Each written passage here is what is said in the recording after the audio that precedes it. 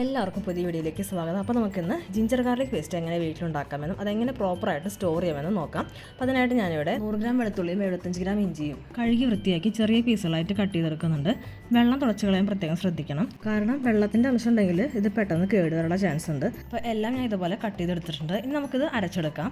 അതിനായിട്ട് മിക്സിയുടെ ചെറിയ ജാറ് മതി. ജാറെല്ലാം ഇതുപോലെ ടിഷ്യൂ പേപ്പർ വെച്ച് നന്നായിട്ട് തുടച്ച് വെള്ളം ഉണ്ടെങ്കിൽ നീക്കം ചെയ്യണം. ഇനി ഇഞ്ചിയും വെളുത്തുള്ളിയും ചേർക്കാം. ഇനി വേണ്ടത് ഉപ്പാണ്. 1 ടീസ്പൂൺ ഉപ്പ് ചൂടായ പാനിലേക്ക് ഇട്ട് 1.5 മിനിറ്റ് നേരം ഞാൻ ഇളക്കി ചൂടാക്കി എടുത്തിട്ടുണ്ട്. ബ്രൗൺ കളർ ആവാൻ പാടില്ല. ഉപ്പ് ചൂടാകുമ്പോൾ കടുക് പൊട്ടില്ലേ, അതേപോലെ ചെറുതായി ഒന്ന് പൊട്ടി വരും. ഉപ്പ് ചൂടാറിയതിന് ശേഷം മാത്രം ചേർക്കുക. ഇതിലേക്ക് 1 ടേബിൾ സ്പൂൺ ഓയിൽ ഒഴിച്ചിട്ട് നമുക്ക് വെണ്ണ പോലെ നന്നായി അരച്ചെടുക്കാം.